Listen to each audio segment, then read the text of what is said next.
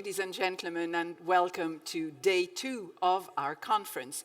Now, I see that there's still a few people missing. I'm afraid that some people might have thought that we started at 9:30 as well today as we did yesterday. So let's hope they realize quickly that that wasn't the case and join us as soon as possible. We had a very productive day yesterday, lots of very interesting discussions, and I hope you're ready to keep up the good work today. We will open the day with an issue that was already much discussed yesterday in several of our panels, the issue of equality. You will remember that in many of the discussions we held yesterday, the importance of balancing the number of candidates between men and women was discussed on many occasions. So to welcome us this morning, we have a recorded message from Commissioner Dalli, who's in charge of equality.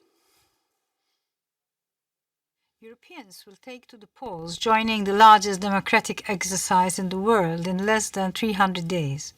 To ensure that democracy is representative, every citizen must have a fair opportunity to participate in the electoral process, both as a voter and as a candidate. Every single exclusion from the European democratic process is a setback. In the run-up to and during the European Parliament elections, Member States play a pivotal role in upholding the electoral rights of EU citizens. Therefore, I count on you to ensure that the democratic debate and the conduct of the elections are inclusive. And I urge you to adopt specific measures within your national frameworks to reach out to underrepresented groups. The European Commission has identified 3 groups of citizens whose representation and participation we need to support: women, those with a minority or ethnic background, and persons with disabilities.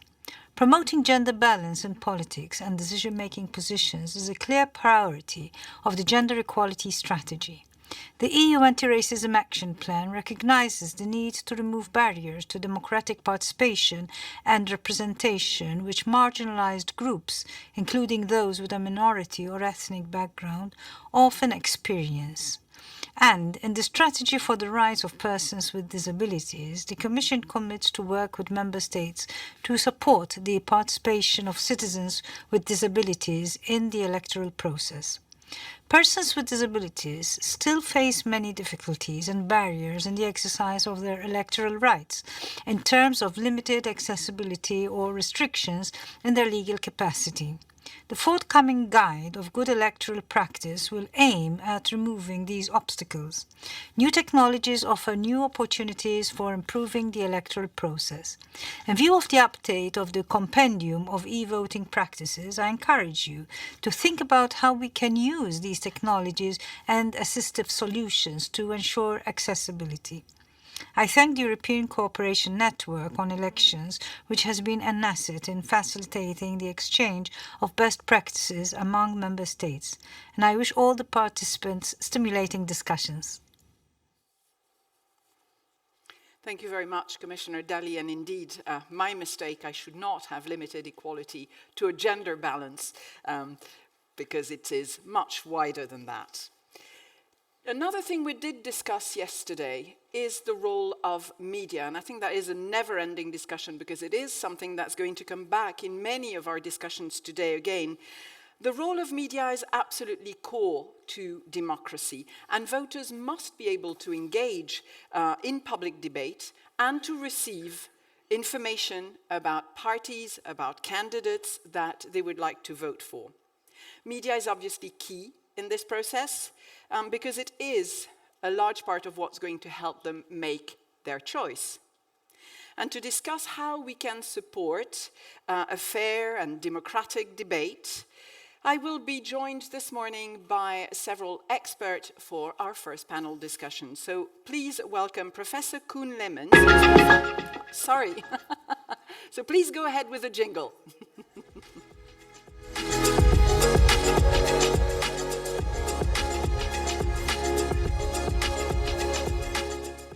So good morning, Professor Koen-Lemmens, who is Professor of European Law and International Human Rights Law, Constitutional Law and Media Law at the Catholic University of Leuven.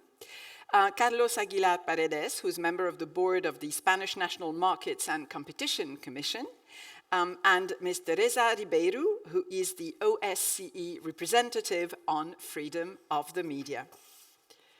So welcome, and please take a seat.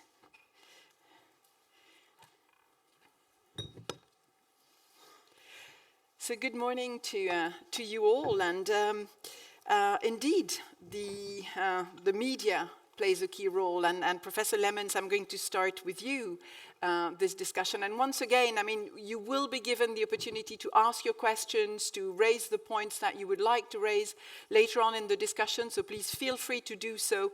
We're hoping to have an interactive session like we did yesterday, even though it's a bit earlier in the morning. So, Professor Lemmens, how do you think free and plural media does contribute to a free and fair election, and how do you see the media acting as a watchdog during democratic debates? How can they ensure transparency, or can they ensure transparency in the discussions and in a pre-election period? Well, two things, of course. The first thing is that if you look at what freedom of the media means and freedom of the press means, and you go into the theories defending it, one of the major cluster of arguments is what is called the argument for democracy. So there cannot be a democracy without free media, and they really contribute to democracy. And so if elections are the high day of democracy, it is very clear that media do have, and the press do have, a role to play there. As the Strasbourg court said, the media are for the citizens the way to check how their representatives behave, because essentially that's what elections do. Candidates will join you and will ask you, would you want to vote for me? And you, what have you done? And of course they will say, oh, I did a wonderful job. And we can't check that if not for the media. So they have that essential role on reporting. The other point, of course, in your question, and that is a far more complicated question, is you said fair elections. And that raises that lays bare a kind of tension between what I would call the free media on an individual level and the freedom of the press on an aggregated level, because it's a matter of what do we understand by pluralism, if you want. Is it pluralism and equality on the aggregated level, or is it the individual media that can be free and can have and want to do their job? And so for states to regulate this, it's very difficult, because states would of course want to have a level playing field, which means the overall fairness of the information to the citizen. But this could be a little bit contrary to the freedom of the individual media, saying we want to report only on this, and this is our freedom. So there is an inherent tension, and it will be a matter of balancing. A difficult balance to strike indeed. And Mr. Aguilar, the issue of accountability of the media has already been touched upon, but what should the role be of a media regulator if we're going to ensure that the media plays its proper part, or plays its part in an electoral process?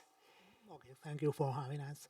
The first thing is we need to move a little bit beyond only the electoral process, because one of the most important things is to have a diversity in the landscape of the media, yes, to ensure the different voices and the access of the citizens to the different kinds of media outlets with different points of view.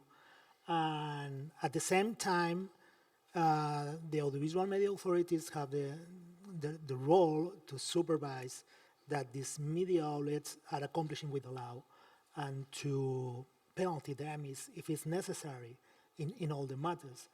And this is a difficult equilibrium because we cannot interfere with the freedom of expression, but at the same time, we have to guarantee that we are properly supervising of the media outlets.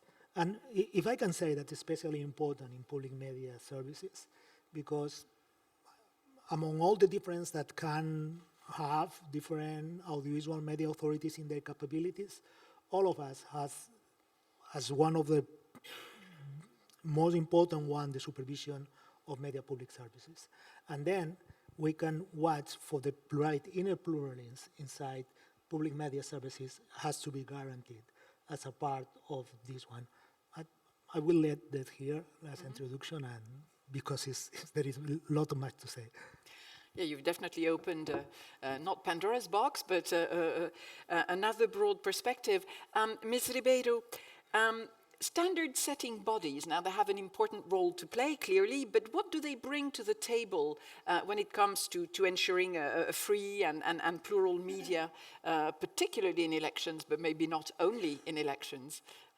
Thank you, and thank you very much for having me today. It's really a pleasure to be here and to participate in such an important debate, especially when we are having so many elections across Europe and also across the OSCE region. The OSCE region has a wide membership, 57 participating states from with very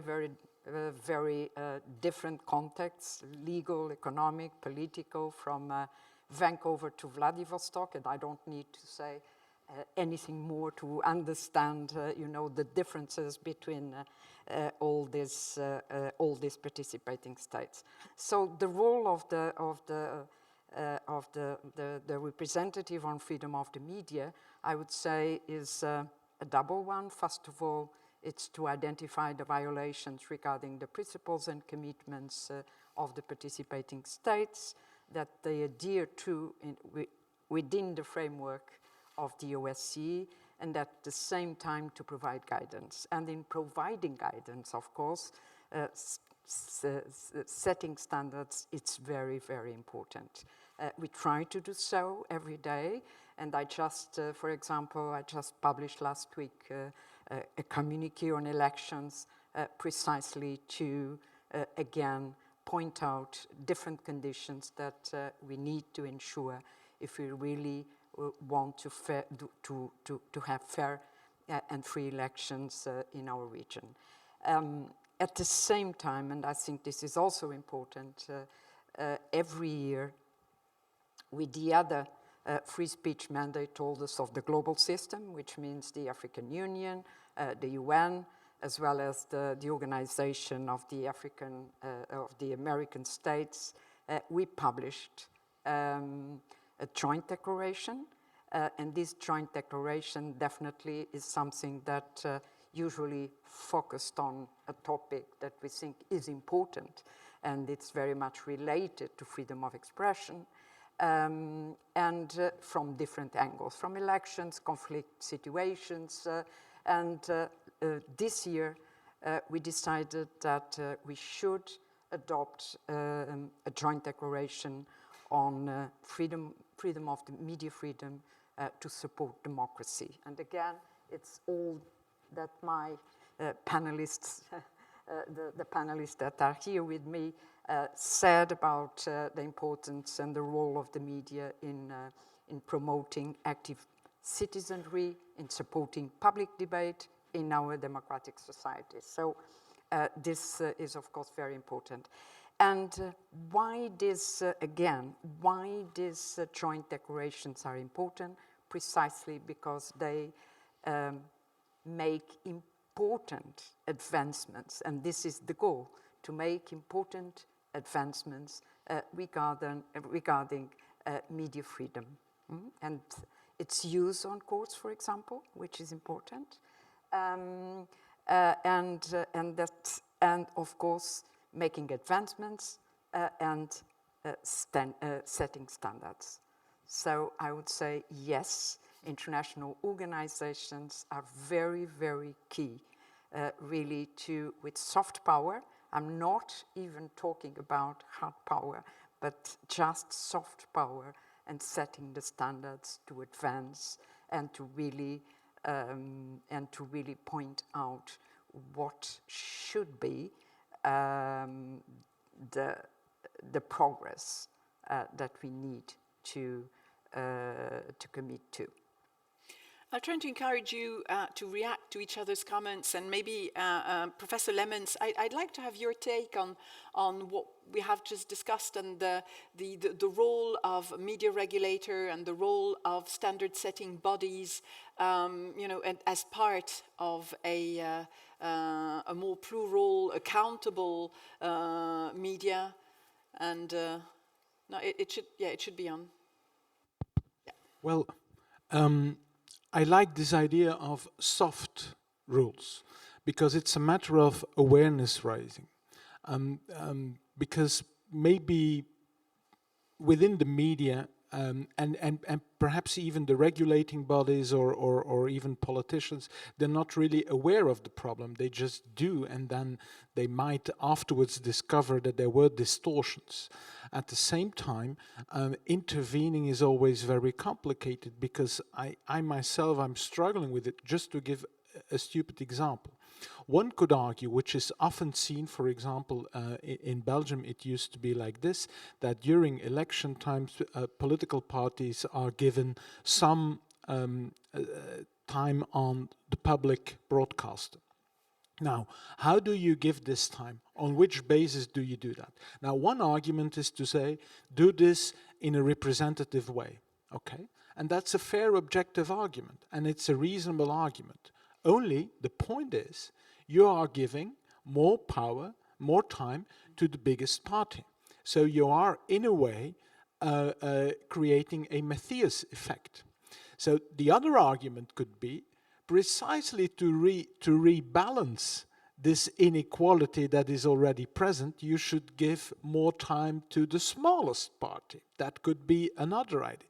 And so in the end, what we see is, I think, it's ultimately a contested idea because we are discussing on what is equality, what is an equal debate, and is it a formal equality, and then the representative argument would make sense, or is it a more material conception of equality, and then one could say you just have to favor a little bit more those that have less access to the media.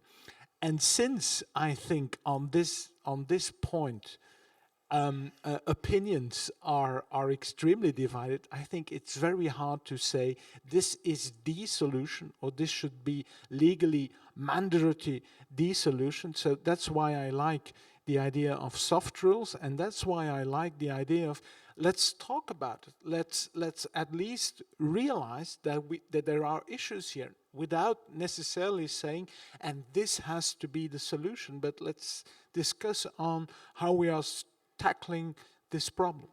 Yeah, Mr. Aguilar. Thank you.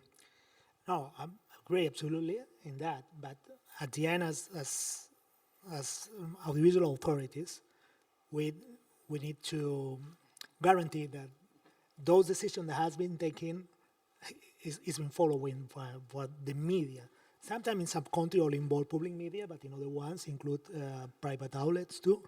In any way, but most of the legislation include representation of political parties and political opinion that are not really in the parliaments. And that is especially, we have to take care of that because it used to stay out of the focus because we are pressure of the main political parties that want to feel they are represented in that. But if I can add a thing, I mean that the role of the independent authorities is part of the change. Yesterday we was talk a lot about the loss of credibility of institutions. Then one of the first points in order to guarantee as much as possible this fairness is that the legislation gives responsibility in the accountability of that media to the independent authorities. And as independent authorities, one of our priorities must be to recover the truth in ourselves. Because without this confidence in a world that goes much more beyond than the classical media, when we take a decision that can imply some kind of sanctions about some media, if we are not a trusty institution, we cannot expect that it was understood as a part of the guarantee of this democratic process. Then the first thing we need to do as audiovisual authorities is to guarantee our credibility. And it's very difficult because it's very difficult to obtain and very easy to lose. No? And well, I can stop here. Please do, please do. I would like very much to react a little bit to the issue of the credibility of institutions, because this is nowadays one of the major problems that we are facing. It's the problem of the lack of trust in institutions, also in media, which allows and opens a space for politicians and but not only, and the public in general, and then it's very much linked also to the power for the deepening divide between the groups in society that is very much activated by social media. But the problem of credibility is also a problem of credibility in media. And this is a real problem in our societies, because if we have the citizens, they don't trust the media, how can we really have a public debate that is the one that enables informed decisions among the citizens? And this is a real problem. So we need, and as a regulators, of course, we are in a very comfortable position, I would say. It's academia, it's international organizations, and then we have the regulator that has to deal with the hard and tough reality. And, but at our level, let's think about what are, the elements that are really contributing to discredit the media. And this is a tremendous debate, but also the discredit of our institutions in democracy. Yeah, because at the same time, media have a responsibility towards the public. So there needs to be the right framework for them to act. Professor Lemmens, did you want to react to what Ms. Ribeiro just said? I was just wondering, I mean, of course I agree, but at the same time, and now I'm going to insult everyone here present, I suppose, but I think there are few people in their 20s and in their 30s here.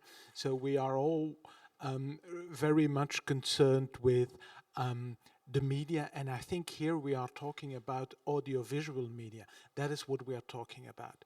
But the point is, how many peoples in how many adolescents, how many people in their 20s and their 30s are still relying on the media as we are used to? So we are focusing on some media that perhaps are very important to our lives, but growingly of less importance to the lives of the newer citizens. And the whole idea of this regulation of this radio and television is related, or was related, to scarcity of means.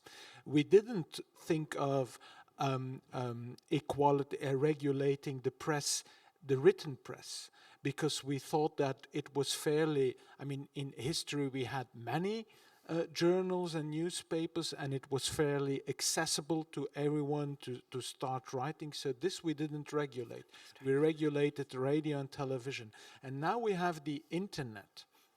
And the internet is most probably, it's very accessible to everyone. And so there the point is not having access to a medium, the point is rather having the means. So it becomes, in my view, more an issue of the equilibrium, the financial equilibrium, are we sure that every party or that every view has a fair possibility to engage with the new media? They wouldn't care about the old media. I saw in my country an extreme right political party that had in the past used to complain a lot about being underrepresented on radio and television. They don't care anymore. They don't care. They have TikTok, they have the social media, and so it's about giving money. And so maybe this discussion, however interesting it is, but maybe it's a little bit a discussion relevant to midlife people, and the youngsters will say, what are they talking about? Absolutely. Yeah. Yes, Mr. Aguilar. Let me say, I start with this point because it's still being part of the public sphere. And obviously, I was yesterday expecting this, was reading the polls, and 65% of people in Spain get informed 3 or more times in a week in the public television. So we have this role important, but absolutely, all the new legislative pieces are addressed just to ensure in this new public sphere across the internet and the social media how we can deal with all the threats that we have. So the first thing that we need to do as independent authorities to have the resources and the capabilities, the legal capabilities to work with that. But say that there is another approach that is based in a soft approach, that it's given for the regulation too, that is about the taking care about auto anchor regulation and making the platforms and making the gatekeepers and making not the biggest one, even the medium ones, co-participates of this value of this democratic debate. So we are now in the trilogues talking about advertisement, political advertisement, and I will give to the national authorities, independent authorities, the option just to follow how they are acting and if they monetize that or not, and it could be part of the solution. But I want point now in this more soft approach, because if these new media outlets are committed with the values of democratic processes, we need to convince in some way that include these values and that they become part of this democratic debate.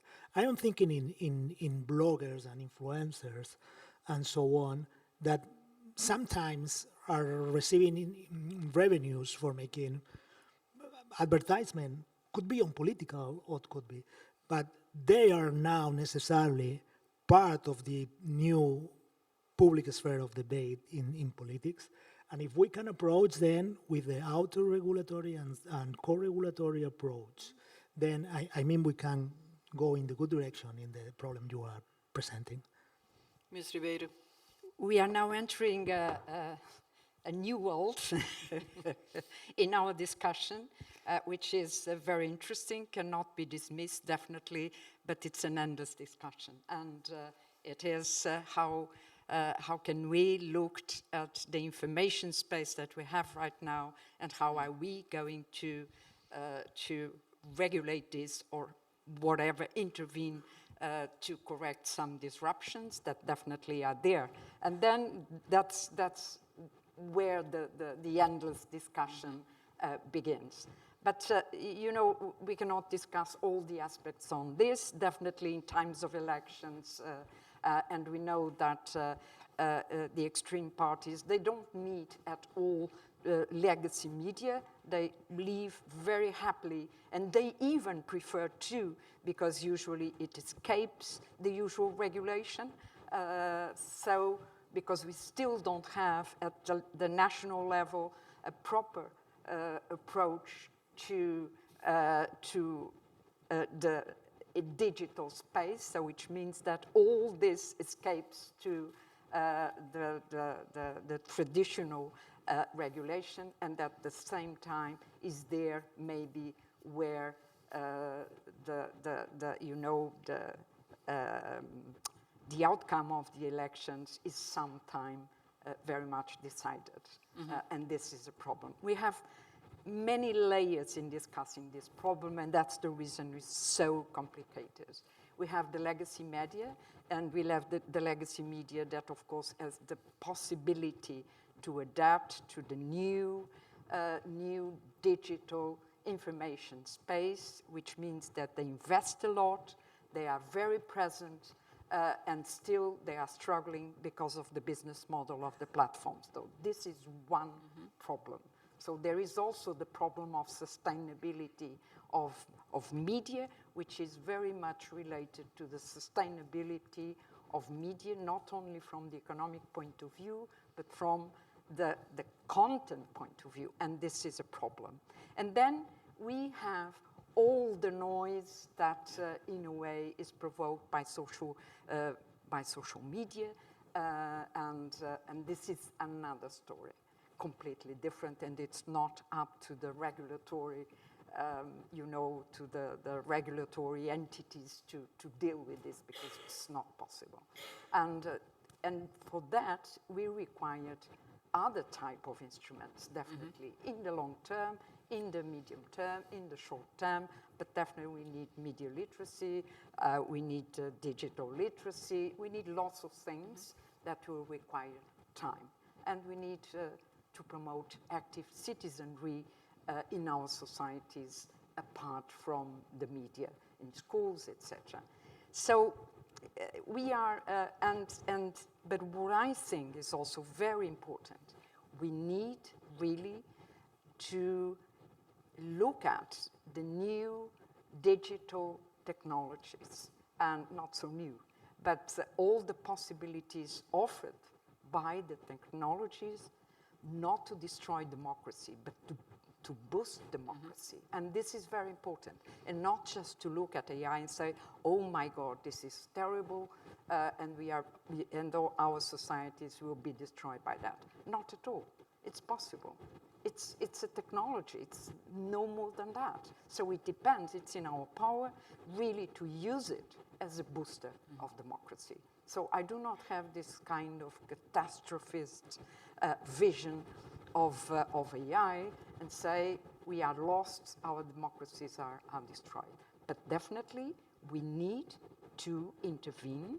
We need to be very active and proactive. If we are only reactive, yes, then the risks for democracy will be bigger and bigger. That's very much the way I see the future. So we need a kind of a public interest framework, you know, that really enables the technology to offer and to deploy content of public interest. Yeah, it is what we make of it, and I'd like to come back to the idea of to the topic of media literacy and maybe how we can support that. But before we do so, I'd like to give the floor to one of our members of the European Cooperation Network on Elections, and I'd like to invite the representative from Latvia to come and share the experience of their country. Do we have the representative from Latvia? No? Okay. Well, we'll just move on with our own discussion then, and hope maybe our Latvian representative will arrive.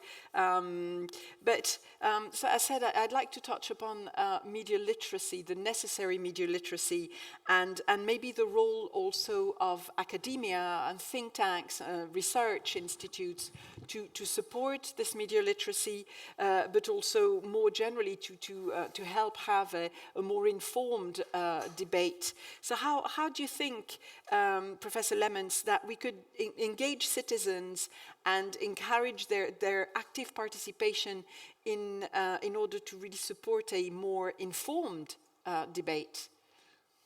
Well, I think media literacy is key, and it goes far beyond the electoral question. I mean, it's in our society, to be a little bit provocative.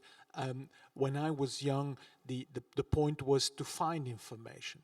Today, the point is not to find information. The point is to do away with information and find the correct information, and how to operate that selection, how to separate the fake from or the false from the good news, the propaganda from the real news. And this is far more complicated, I think, today than it used to be. And so this is where education kicks in, as of the primary schools.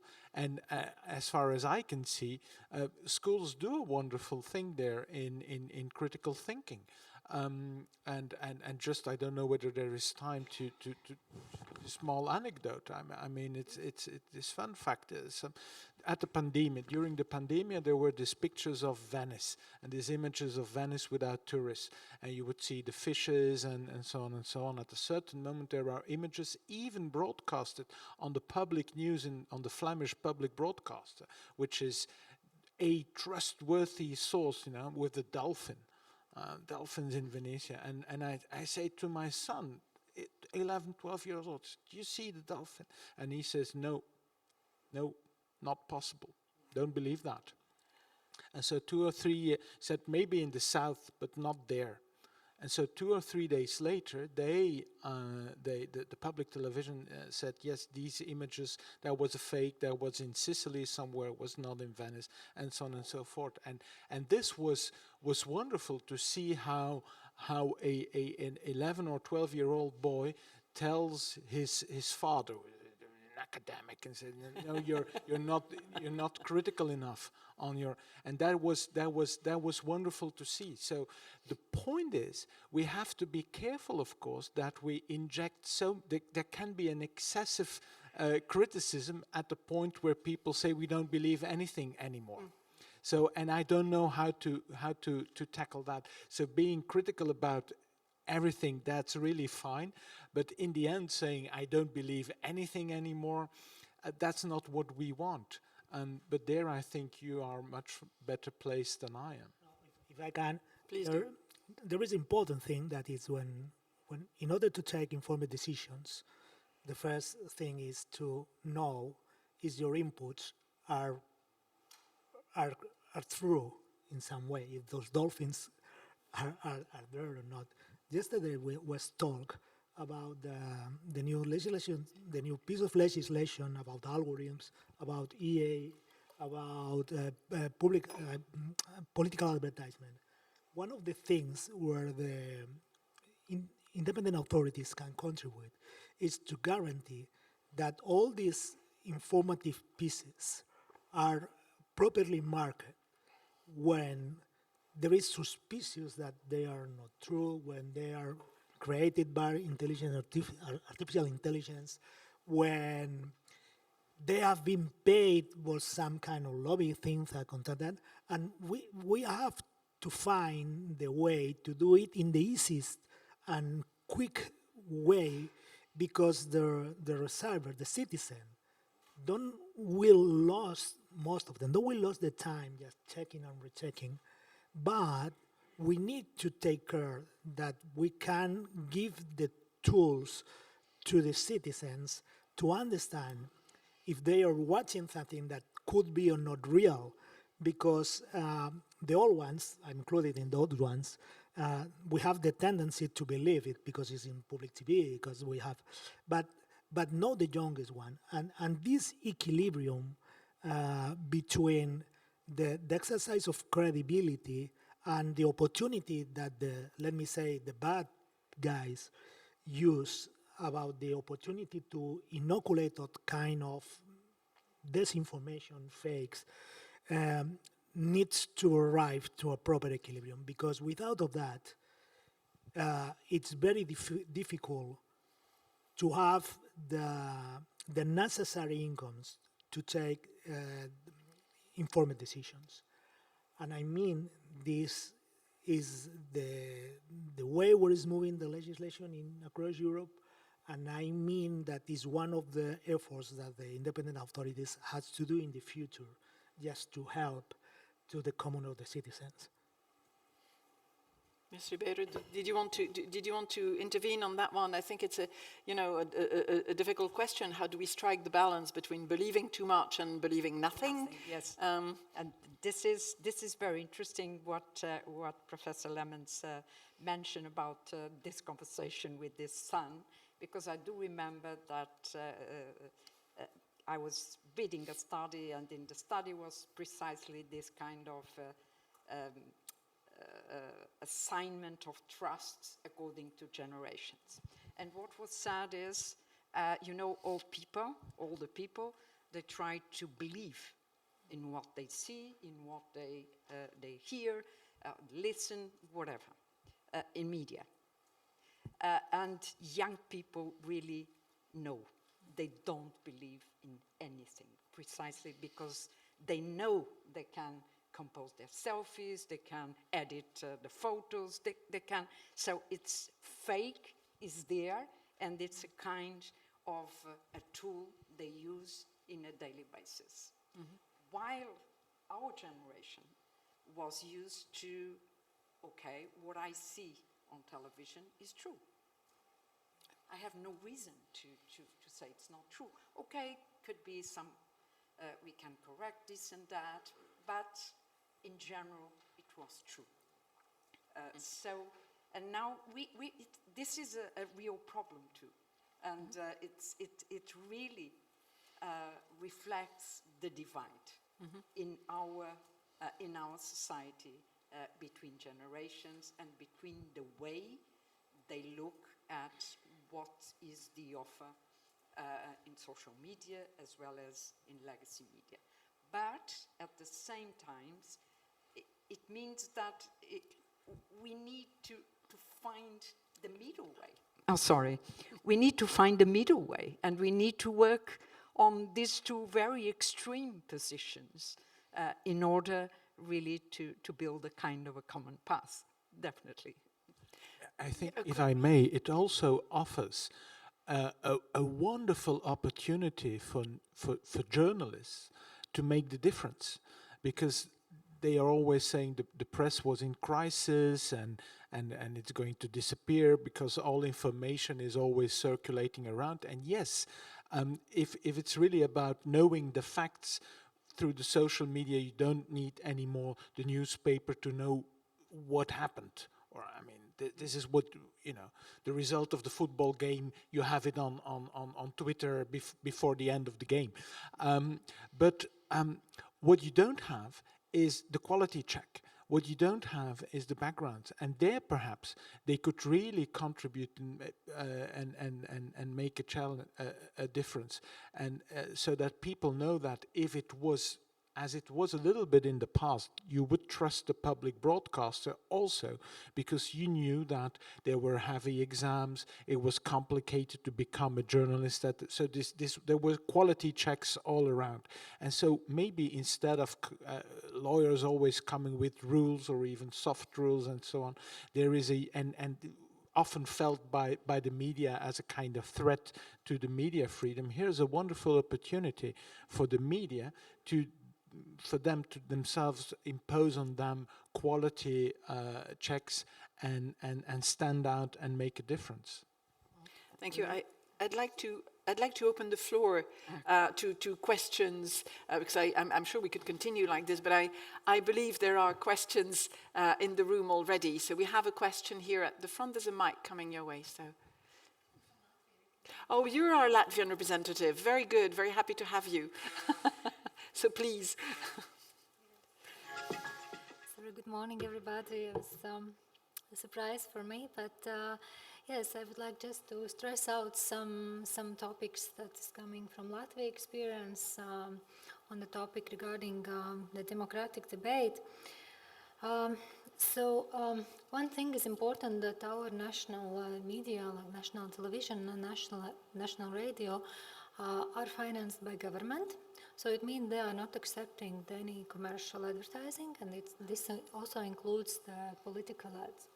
So in this perspective is fair to parties and to candidates when we come closer to elections. They are not pushing their information, the commercial information, on the national media. And the voters has more rights and more possibility to see clean, let's say clean information. But here comes a problem that the media is choosing, they are able to choose a limited number of political parties who can represent in public time. So then they are chosen by, let's say, by ratings.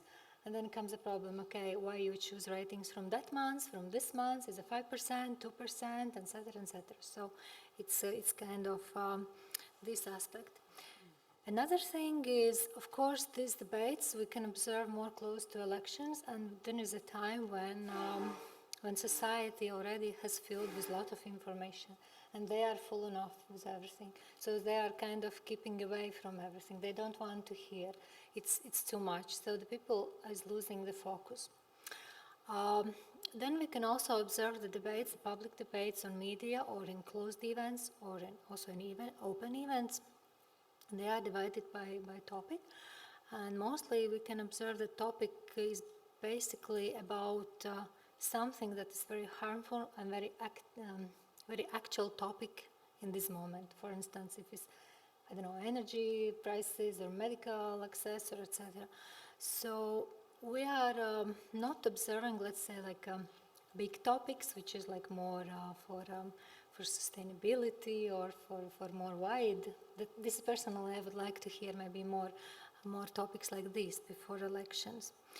The quality of debate we can discuss. Of course, the public media and the large media is their good professional level. However, that colleagues mentioned already before is that everything what is on a television or in internet, a lot of people say, yes, it must be, and they are not checking the source and they are not checking the facts and they trust to this information. So sometimes the disinformation providers or also parties using this time try to use this trust in, let's say, not fair way, and then somehow to, I cannot say manipulate, but use this opportunity to talk to society. And not every time we can see that this information is based on the facts. Yes. So this is the main points I would like to mention. For any questions, I am happy to answer. Thank you very much. Thank you for your testimony. So do we have questions from the room then?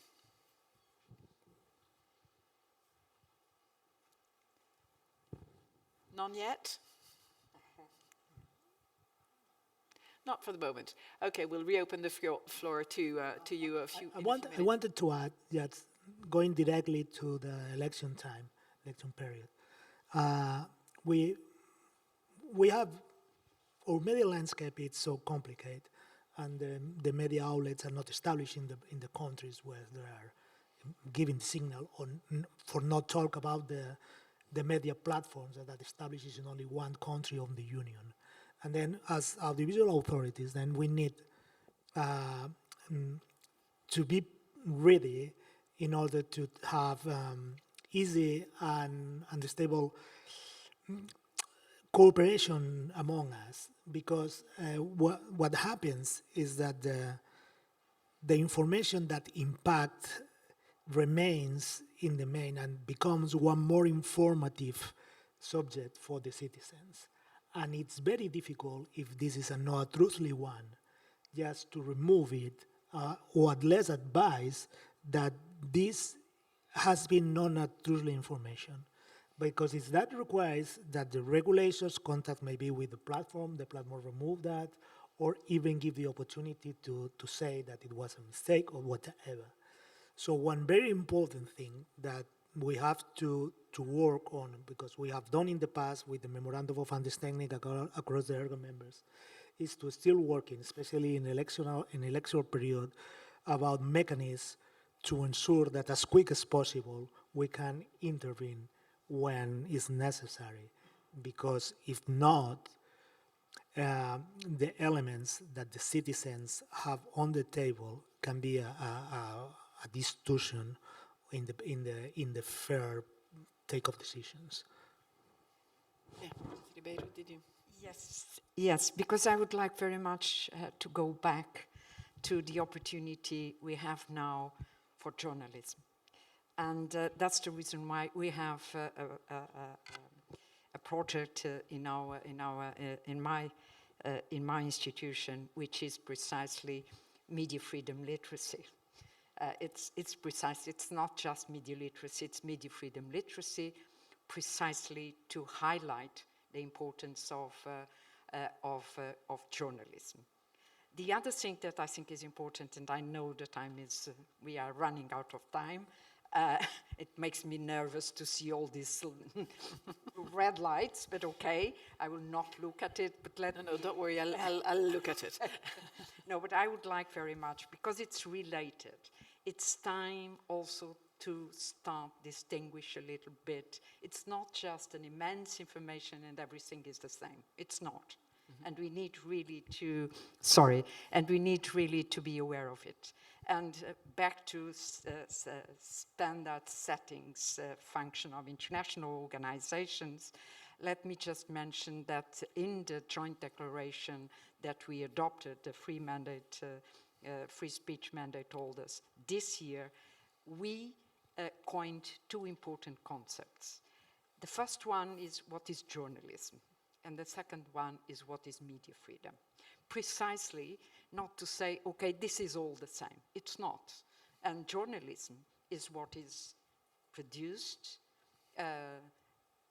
In the end is the seeking through process. And media freedom is the content, and journalism, of course, because the seeking through process really is what the content that can support public democratic debate. And media freedom is the content that is produced independently, distributed, etc., independently, transparently, and of course following all the rules that are assigned to journalism and public and content of public interest. So this is important because we need not to mix everything and say social media and journalism, this is all the same. No, it's not. And we need to be sure that we are able to distinguish and we are able to look for something when we need to participate in the public debate. Thank you. I'd like to pick up on a point that Professor Lemons made earlier, and that was made also by our colleague from Latvia.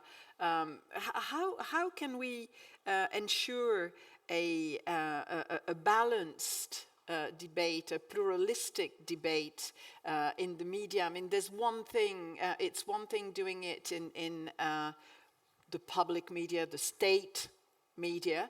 It's another thing doing it in other media, be they print press or audiovisual, and maybe what role can academia play? You know, in that sense, can academia support, give recommendations, put in place programs? I don't know. You know, cooperate with media organizations. I mean, it's a bit, you know, it's a bit of a broader question, but. I don't know whether I mean I could answer and say academia can do anything, Providing it's asked, right? Whatever position adopted, academia can find helping arguments to the table. So I don't know whether the answer really is in academia. I mean, being a lawyer, one could say, well, the first thing to do, of course, is a kind of comparative exercise and see what is already in place. In Italy, there was or there is the par condicio rules. There are so this is what academia can do.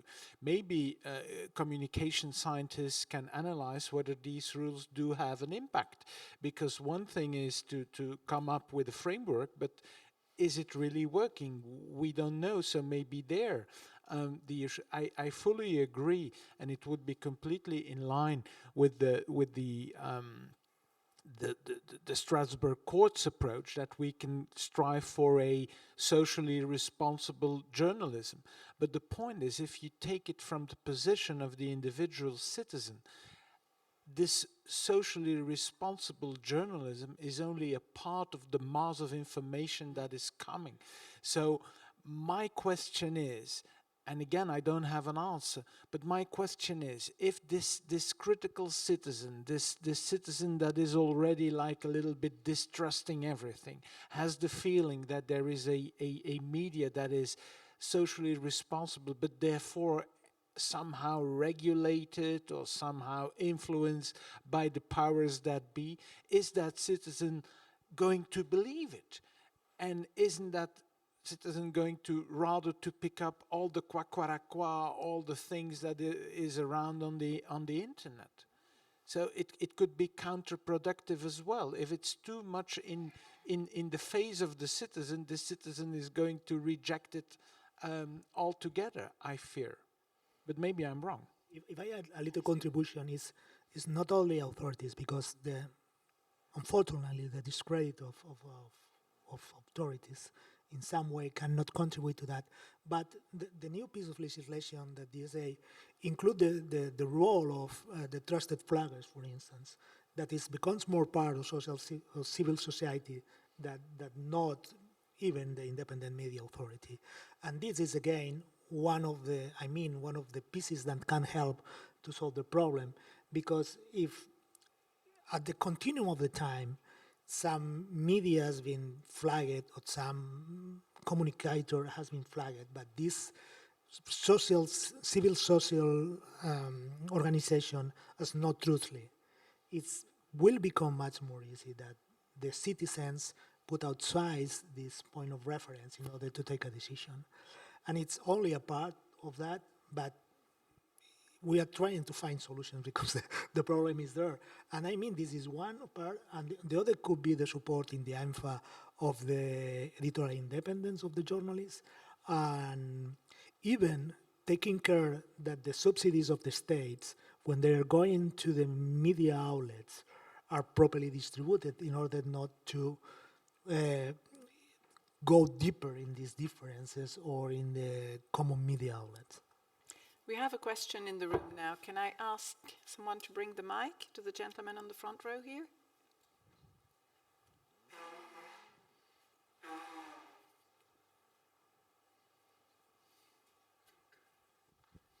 Thank you. I'm Patrick Pennings from the Council of Europe. I wanted to first quote a very important person, namely Spider-Man. Spider-Man said, "Society has changed. We need to change as well." And the title of the seminar is to which extent, what can we do to provide a fair and balanced democratic debate? Because and that were the provisions of the traditional media regulation, that is to provide a balanced, and different countries gave different answers to that. But try to give a balanced democratic debate in view of the elections. How are we going to do that now with these changes that you have mentioned, the digital environment in which things are taking place, the role of social media, which are not always contained? How are we going to provide this fair, balanced, democratic debate? Thank you. Huge question, and 1 minute to answer. So No, I absolutely I don't have the answer. I have some clues, maybe. The first one is the engagement of all the actors in that, very large platforms, and the strengthening of initiatives of the Code of Practice of Disinformation, because, and let me change the approach. When it was easy, we only have to regulate a few ones. Now, we, at least in the point, we have to take care that someone is not tricking us. And then we need to ensure that the algorithms are not redirecting intentionally to one direction. We have to ensure that the platforms are responsible. We have to ensure that we, in a long-term debate, we give the opportunity to media literacy and the press to develop that. And it's a complicated one, but I mean that we can stop with these pieces. Ms. Ribeiro, a brief answer? There are no brief answers because this is the question. And so it's very complicated. It's not for tomorrow, and we need to, to work every day.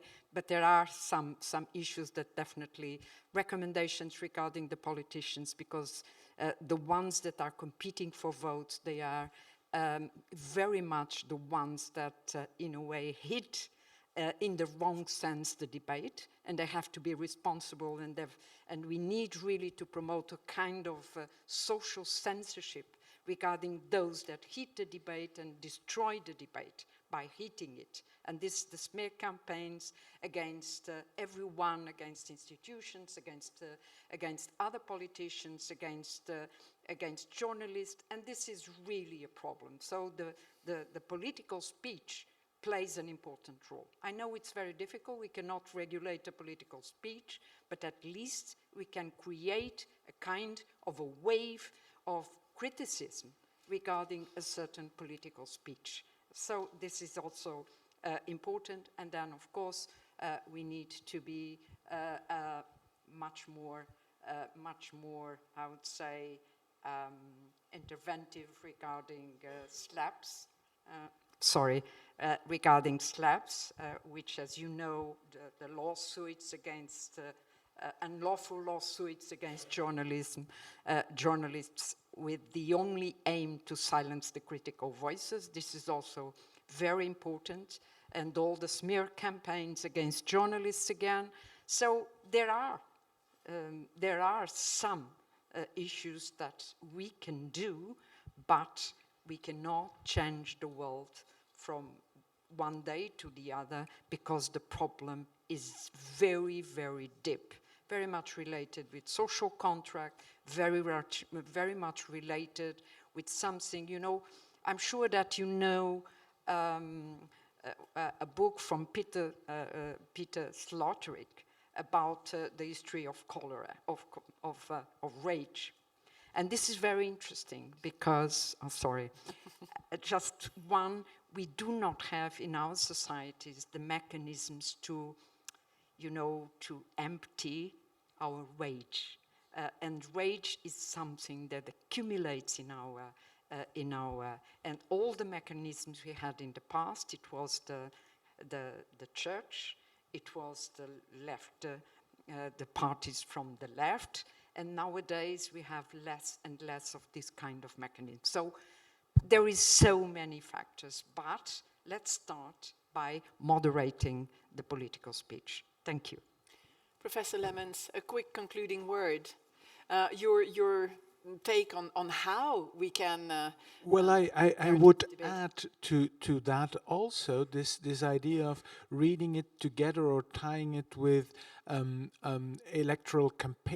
on electoral campaigns, party financing, and so on and so forth, because everything that is said on the campaigns, on a smear, and so on and so forth, on Facebook, this bombings on social media, that's also because political parties or movements do have money to buy click farms and so on and so forth. So if we're only focusing on the media, we are forgetting there's another part, and there's the means, and maybe in good faith some will not have sufficient means to engage in the debate, and so some voices won't be heard, and other voices will be heard too much, will be too loud, will be given too much space because they have the means. So there should be some attention. I think we have to bring that as well to the table. If not, we're not going to arrive at any point, I fear. Thank you very much. I mean, this is such a huge and interesting topic that I know we could have continued, but you probably will continue over coffee or over lunch today. So thank you very much for joining us this morning for this discussion.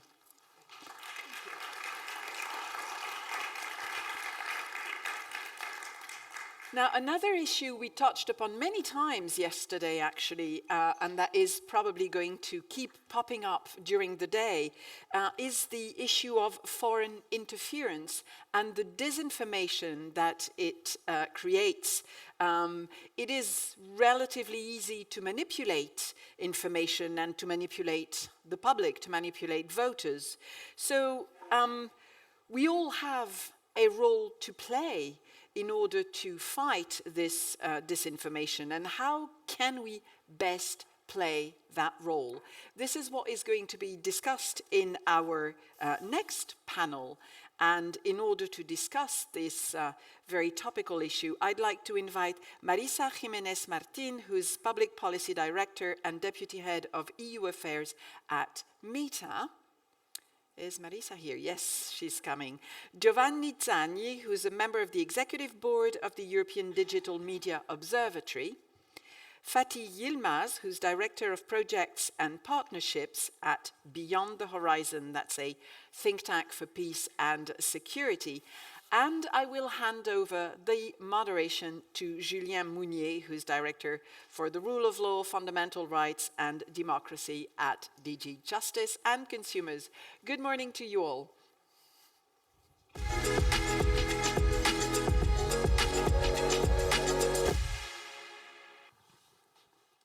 Good morning, everybody. I hope you already had a productive morning. Very nice to see you all. Very nice to see the panelists. So really, as introduced, this is really one of the key challenges of the moment, how to safeguard the information environment around elections and countering disinformation. That's something that was central to the European Commission Democracy Action Plan, European Democracy Action Plan. Also recognizing the need really to involve all actors in the fight against disinformation and interference in elections. But I must say it's always something which is extremely complicated, like from the Commission when we started back in 2018, we thought we had the solution, then the COVID pandemic arrived and we felt that a lot was missing. Then we had the European Democracy Action Plan that brought more legislation, more support to structures, but every time, every new crisis, every new conflict brings more disinformation, brings more threat, new threat, and we are always, I wouldn't say back to the square one, that would be very wrong, but at least back to this conclusion that we need more and we are not capturing it all. So I think you are really the best place to enlighten this discussion this morning. And starting with Mrs. Jimenez, we would be very interested to, if you could share with us your observation on how disinformation has been evolving during recent times, who is behind disinformation, who are the main targets, and what you are expecting for the future. Thank you. Thank you very much. Good morning, everyone, and thank you to the European Commission for inviting Meta to really present some perspectives. I think that this is just, I think the European Democracy Action Plan has made already a lot, and I think there's two areas where we can see that from the industry, and one is the progress that we have made together with other partners and with civil society, bringing civil society along, because one of the things that I will say here is that we cannot fight disinformation or misinformation either, but disinformation in particular, without civil society, without the investigative reporters, without analysts, and without the coordination with others, including the discussions and exchange of information also with the local authorities. So I think that even just being here as in a conference with many of you who are dealing with these issues in your member states locally and with the European Commission as well, is just testament to the fact that the European Democracy Action Plan is working. I am a public policy, I will get to your question in a minute, but just to give a little bit of context who I am a Brussels public policy person. I'm not an expert on this information. I know a little bit about it, and I will tell you how we have looked at it. but I have been working on the code of practice on disinformation for quite some time. And I think that it is remarkable the change that we are from where we were in 2019 in the preparations towards the elections to the European Parliament, also in the way that we collaborate, coordinate, and the guidelines and guardrails that we have as industry, and that is testament again to the work that has been done on the European Democracy Action Plan, everything that led after that. I think that when we talk about disinformation and misinformation, it's really important, although you are experts in this area, but just as a reminder, the difference and the definitions are really important. What is misinformation and what is disinformation? And the reason for that is that what's important to capture will be very different if we're talking about disinformation, which is more about behaviors, it's about actors, about threat actors. While we're talking about misinformation, we're focusing sometimes on the content. It's also important because disinformation, as you know, is about an action to mislead, to trick someone, to mislead, to manipulate, and has a negative effect on the public discourse. This is important because the intention is always there to deceive. And the content might be very banal. It might be, just the intention really there is to capture an audience that then you will manipulate. While in misinformation, it's a different matter. It might be content that we don't like, but not necessarily in all circumstances is intended to deceive. I know that this is controversial, but not always. We can talk about misinformation as well, but when it comes to disinformation, you've asked me for a few trends, and I asked my experts, investigative experts in the company, and they've told me that what we've seen recently is a change. It's three changes. The first one is a growing surveillance for higher industry. So we're seeing more bad actors using very powerful surveillance capabilities, and they're using it to spy on many targets, many of which have no idea that this is happening. It is essential. This is coming from many countries around the world, Western and Eastern countries.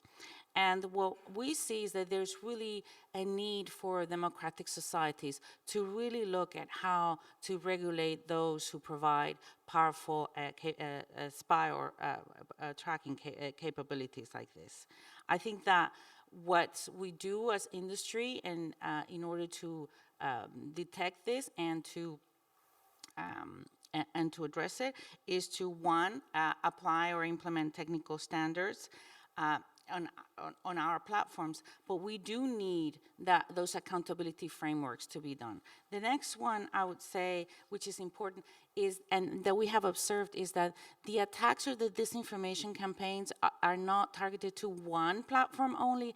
More and more is cross-platform. So, for instance, there's been CIB's attacks or coordinated behavior from China, for instance, that have targeted more than 50 services at the same time. So it's not only that means, of course, that we all, among services, need to work with each other, share information, which we do, in order to address this issue. The fact also, of course, is that we, as big platforms that have resources and that have, as I say, disinformation experts and in investigative powers, not powers, but people that do those things, make it more difficult for threat actors to break our security. But of course, that's not the case for other smaller platforms, which security services might not have the same level of scrutiny. It's normal, they're smaller. So in that sense, we're seeing a lot more of that disinformation going that way. And last but not least, it's about domain name abuse. We see that there are threat actors who are using or exploiting the vulnerabilities of our global domain name system to impersonate news sites. How incredible and dangerous this is. But they are impersonating news sites. They're impersonating local governments as well, and which means that we really need to look at that global domain name and domain name abuses, and to put guardrails around that. So I think that governments internationally should be looking at this issue. I have a couple of examples on this, but domain name has been abuse has been very, very relevant in Russia. It's been relevant in the context of the misinformation against help for or against Ukraine, and pro-Russian misinformation in the case of Ukraine invasion. So I'm going to leave it there, but those would be probably the three trends that we're seeing lately. Thank you. Thank you very much for this, Mrs. Jimenez. Now, let me turn to Mr. Zaini. So you have been monitoring with the Digital Media Observatory the trends during the COVID pandemic, and it would be really great if you could give us your insight about the main results of this monitoring exercise, and how, according to your views, did the pandemic further aggravated the challenge we are facing in this field. Thank you. So thank you, first of all, for inviting me to represent what EDMO is doing in this field. A short introduction to who we are, what we do. So the European Digital Media Observatory is a project that is financed by the European Commission, but it is an independent body that is established by the European University Institute in Florence, plus a few other partners that try to set up basically a multi-stakeholder approach to monitoring the digital media ecosystem in Europe. So we are a collaboration of academics, fact-checkers, media practitioners, and media literacy experts, basically. And I personally am the head of fact-checking in this effort. So what we have done is that we have built a network of around 50 fact-checking organizations that cover all the European member states. Maybe we still miss Cyprus, I think. So almost all of them. And what we do is that we send out a questionnaire every month to the fact-checking organizations that are members of the network, and we ask them how many fact-checked items have they published, so how many pieces of disinformation they've seen, which are the most widespread ones, and if they see particular trends in their countries. So the result of that is a fact-checking brief that is published on EDMO's website, and that in a very clear and simple visualization in a few pages shows what fact-checkers are viewing in their work across the European Union. So specifically about the COVID-19 pandemic, what we saw is that there is a huge difference between national, regional, and European trends overall. So there are a few specific stories that are specific of the countries. And that, I would say, are more or less a minority. So the interesting thing is that there are a few disinformation stories that are really country-specific, but they tend to be relatively few compared to the overall amount of disinformation that is going on. So those usually are specific pieces of disinformation that target experts or people that are particularly exposed in their, for example, in their stance towards the vaccination campaign during the pandemic. So that is the nation-specific one. And of course it has to be nation-specific because by and large in every country there are a few public figures that are famous for their involvement in the vaccination campaign, right? Then there are the regional trends, and that is particularly interesting because that I would say is the most interesting and important trend, because one of the things that we've been seeing as EDMO and as the fact-checking community inside EDMO is that regional trends are what really differ between in the disinformation sphere across Europe.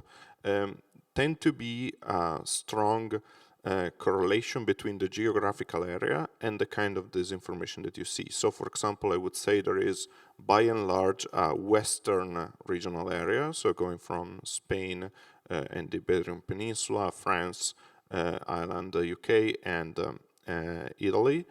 Then there is a central area, a central Eastern Europe area, and that is, of course, Poland, Hungary, Czech Republic, and Slovakia. And there you see more or less the same kind of disinformation stories.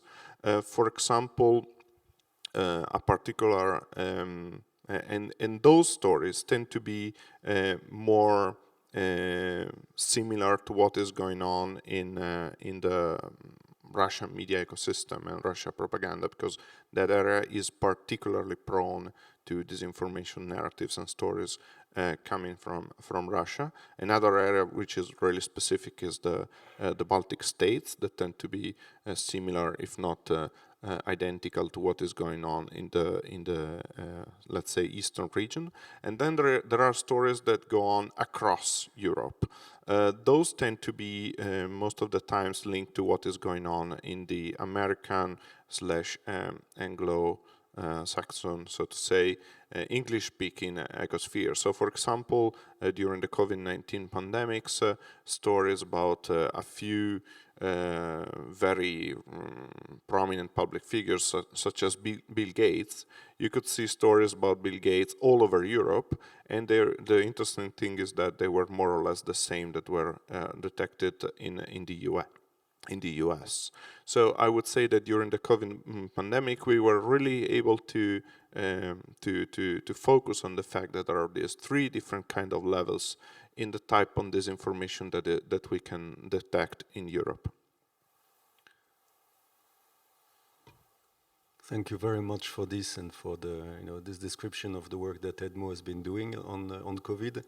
There is another topic that is unfortunately extremely prone to disinformation and manipulation campaign, and that is migration.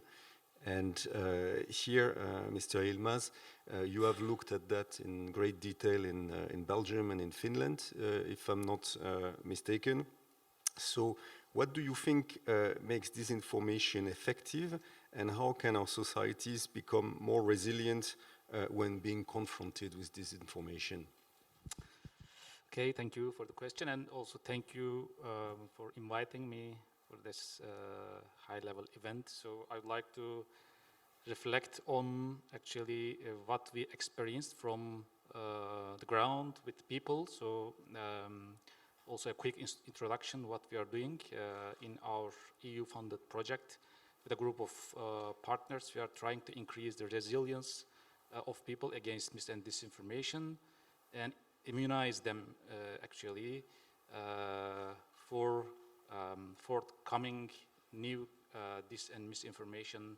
So we call it actually an infodemic, potential infodemic we can have, and we call this and misinformation like viruses can be spread among people, and it can, like the pandemic, can be infodemic among our people, and that can really have an impact on their decisions.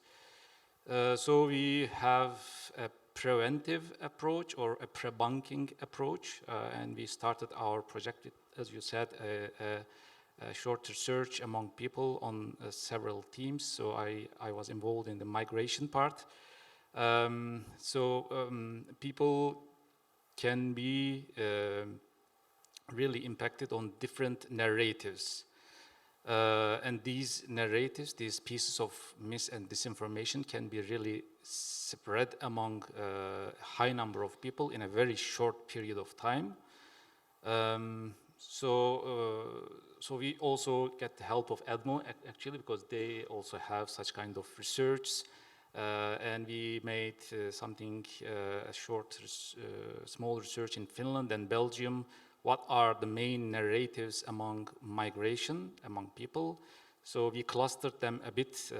So like I can just shortly say, migrants are a threat to our well-being and our economy. So in this cluster, there are many things are going on.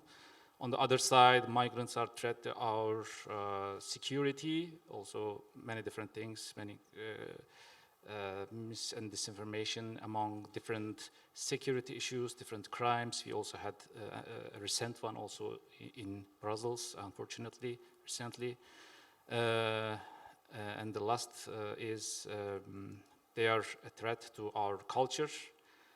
So in this domain, there are many things going on, and we try to bring up the main misconceptions, and misinformation examples that has been raised by different actors, of course. For people, actually, it is not easy to distinguish something, a fake, a false news, if it is a disinformation or misinformation. So maybe it is something not for people, but it's for more for the professionals to distinguish it and take relevant preventive approach for all these kind of fake information. So what we have done to increase the immunity of people is actually, first of all, the first step of our strategy is increase the spread of truth. So what are the main figures and facts about our team? So in this case, it's migration. And second, so what are the main misconceptions? As I said, truth plus what are the main misconceptions about this team. And the third one is giving them, like we call it vaccination, giving them a weakened dose of disinformation in a safe, controlled environment, give them some tools, and also try to detect disinformation and how to defend themselves in a workshop format, in an event format with students, with different target groups. So we experienced that this can help them to calibrate their way of thinking. So maybe a bit being a bit more critical to their looking at the news, different information. So in this way of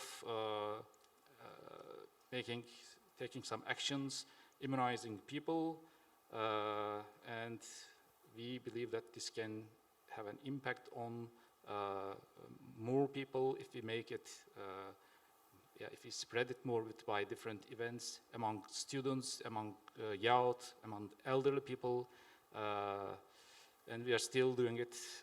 Maybe, hopefully, we will have more good results. Thank you so much, Mr. Yilmaz. It was very good to have this three perspectives from different actors in this field.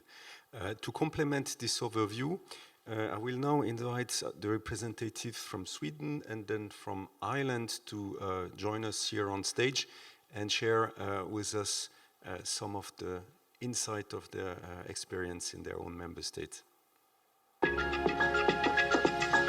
Sounds like the Eurovision, Sweden, 10 points.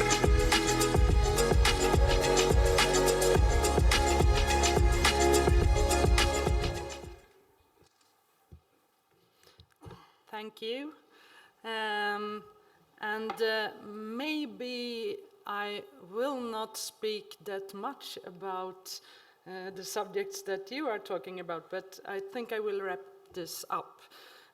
In Sweden, I represent the election authority, which I'm the head of, and we cooperate a lot with Meta and Google and have a very good cooperation, which I will not talk about now. But let me tell you something about how we in Sweden safeguard the information environment. And as an election authority, our mission in the election integrity area is to protect the election infrastructure, to protect the trust in elections, and to protect the will and ability to vote. And one thing that we have done in Sweden, as I already mentioned yesterday, is to create a permanent structure for security cooperation with other authorities. So we work closely with the Swedish police, security police, and the Agency for Psychological Defense. And this network is led by us, the election authority, and I think that one of the keys to success is that we, the election authority, contribute with the concrete information about the election process. The cooperation is about cyber threats, physical threats, and disinformation, and these three are closely linked to each other in the election area, so it's difficult, they affect each other. And we plan and dimension our safeguards under the circumstances that there are antagonists with the will and ability to attack our IT systems and with the purpose of trying to affect the election. And during the recent elections in Sweden, we have had extensive challenges with IT attacks, and combined with them, attempts to influence elections by the spread of incorrect rumors and the conduct of elections. IT attacks is unfortunately something that we have to deal with all the time and plan for, because they will occur every election. It's not if they occur, they will occur, and nowadays also they occur between elections.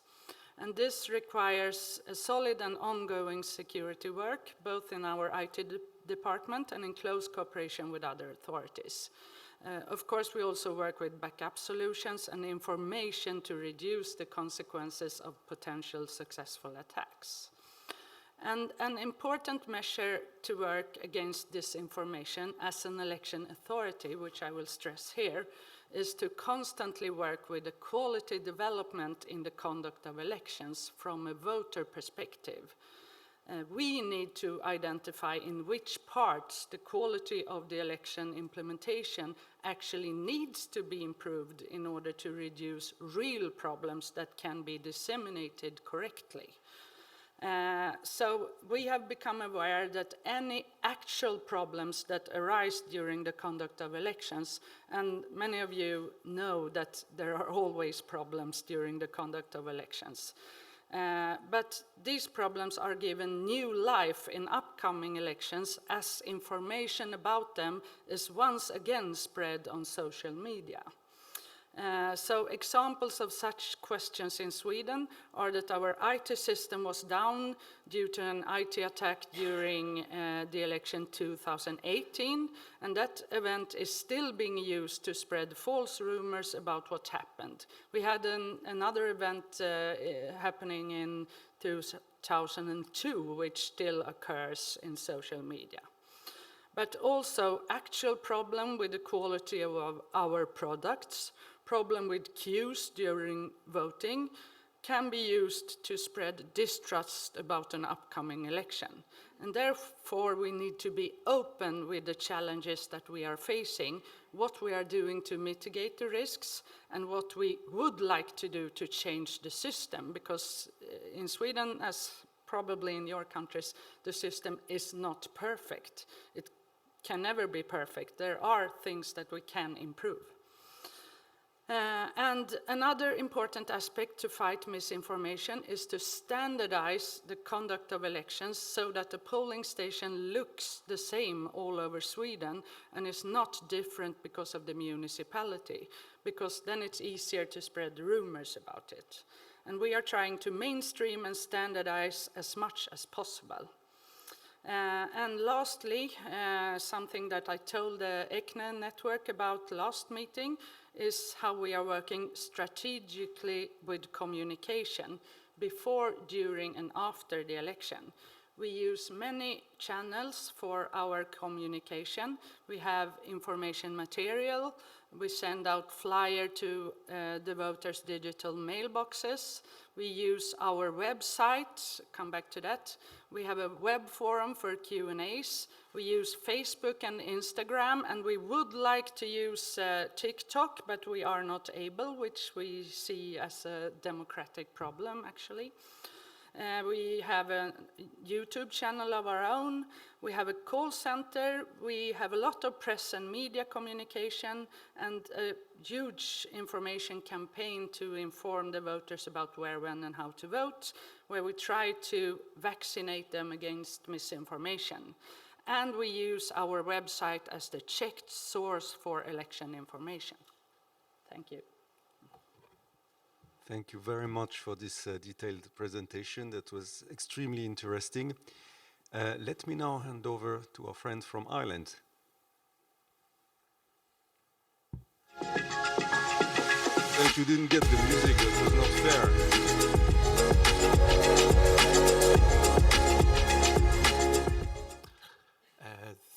Thank you. Good morning, everyone, and thank you to the Commission for inviting me to speak at this important event. I'm just going to try and give you a kind of a flavour of various electoral reforms we've been working on in Ireland over the past 5 or so years. Those reforms culminated last year in the enactment of our Electoral Reform Act of 2022.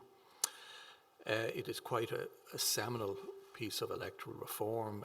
Certainly it's the single biggest piece of legislation we have been working on for a decade, if not 2.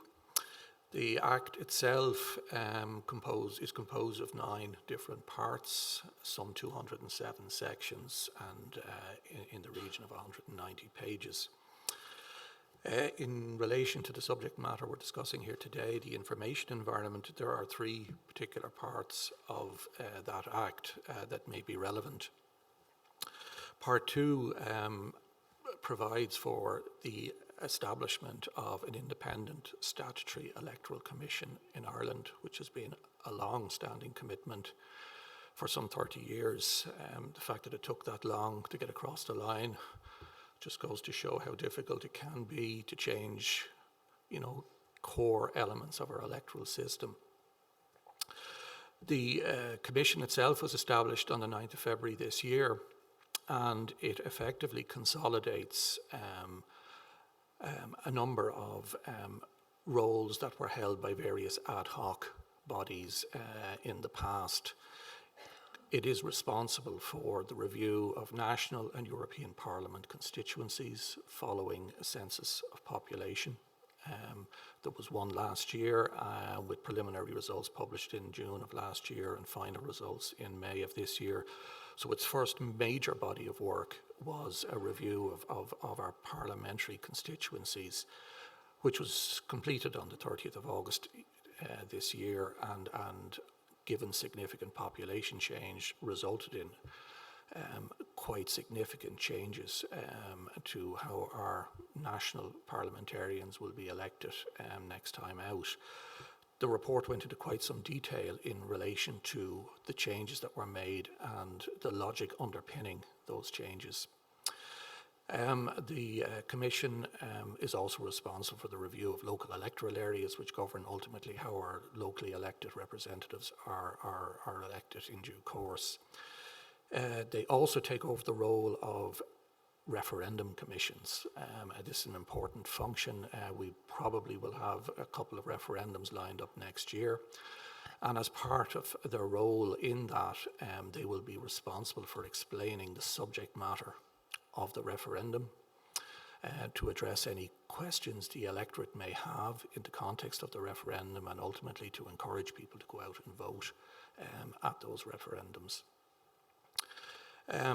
Each year they will publish an annual programme of research which will ultimately inform what changes we may wish to make in terms of policy, electoral policy, or indeed electoral legislation going forward.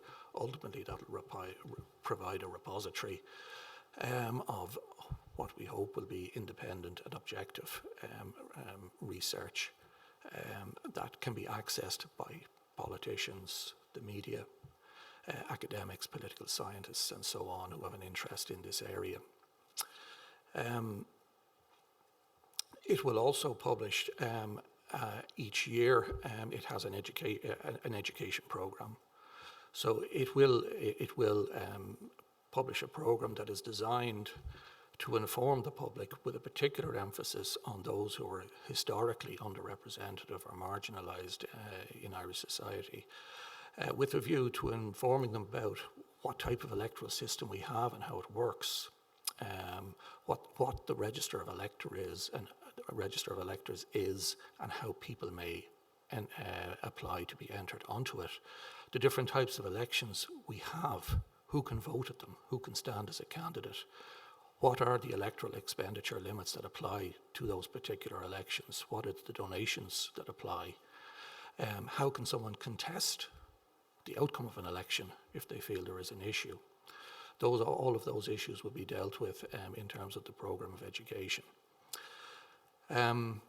Notwithstanding the more general functions of the Commission in terms of the provision of information, there are two explicit parts of the Act, parts 4 and 5, which deal with, which provide the Commission with an explicit role in terms of overseeing online political advertising in the first instance, and protecting the integrity of our elections against the dissemination of disinformation in the second.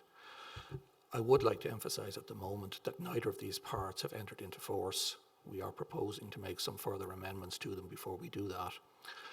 But just to give you a quick run through of what's in them, Part 4, effectively similar to the EU proposal, it will require online political advertisements which are paid for during an electoral period to be clearly labelled as political.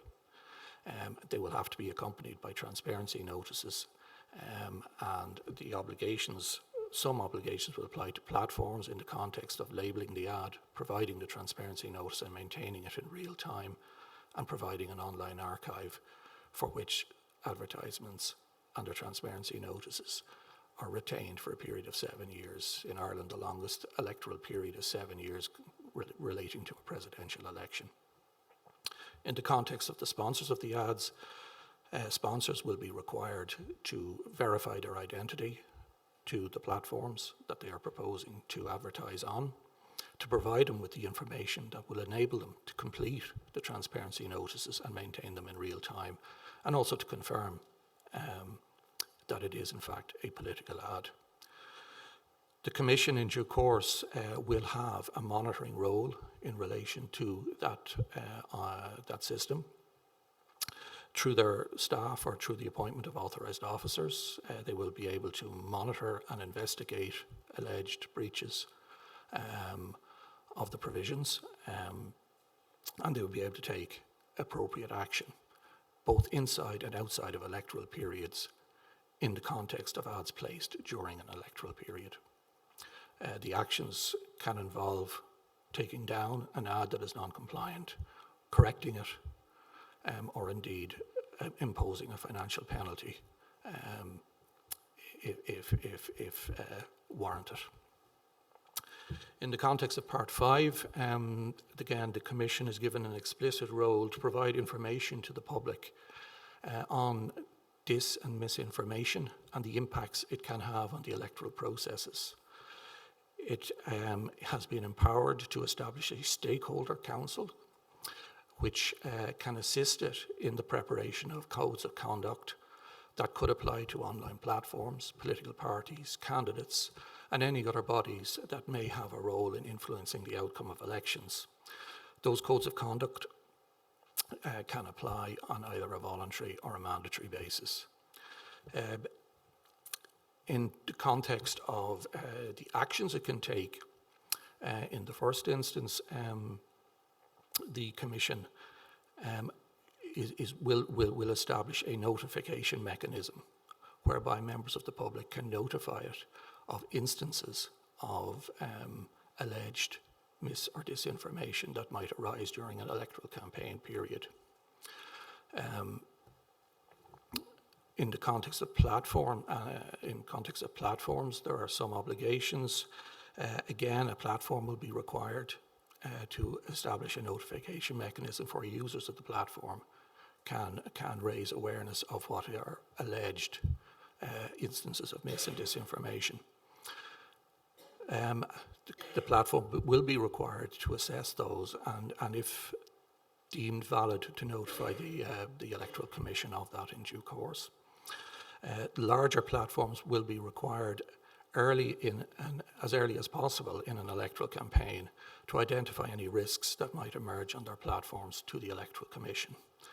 The Commission then, again through its staff or through authorised officers, have powers to investigate and report with recommendations on actions it might take to counter such mis or disinformation that might arise. This can involve correcting online posts. It can involve taking them down. It can identify where there might be inauthentic bot activity. And again, sanctions can apply in the context of financial penalties also. In the context of exercising their powers under the Act, all actions will have to undergo a proportionality test, and the Commission may be assisted by an advisory panel in this regard comprising of electoral experts, which may involve experts in constitutional law. And that proportionality test must involve assessing any action taken against the rights to freedom of expression, freedom of association, freedom to impart and receive political opinion, and against the background of the state having to ensure that there are free and fair elections. But just on that, I think I'll leave it at that. And thank you all. Thank you very much for this presentation. So now I think that after those 3 presentations from the panelists and the 2 interventions from the representative, we have an enormous wealth of information and probably also a lot of questions. So I will open the floor if you want to ask something to our panelists. Yes, I see 2 hands already. Excellent.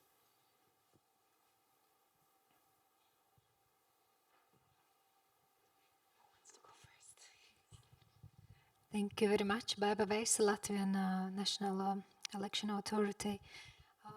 Maybe my question will be a little bit naive, but we remember in COVID time that we faced a situation when anti-COVID, anti-vaccine activists were publishing a lot of information in social networks that seems to be, yes, right, so we don't know, we don't have expertise, we don't have experience, etc.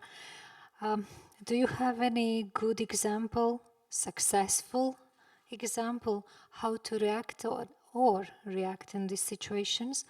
Then we obviously see that information is fake or disinformation.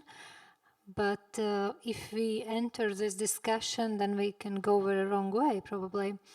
Maybe some good examples from any who feels to respond. Thank you very much.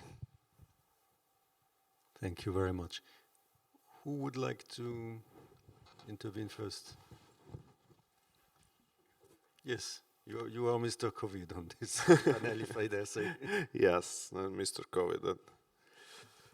Not great introduction, not great to put on the business card, right? So, I'll invite you again.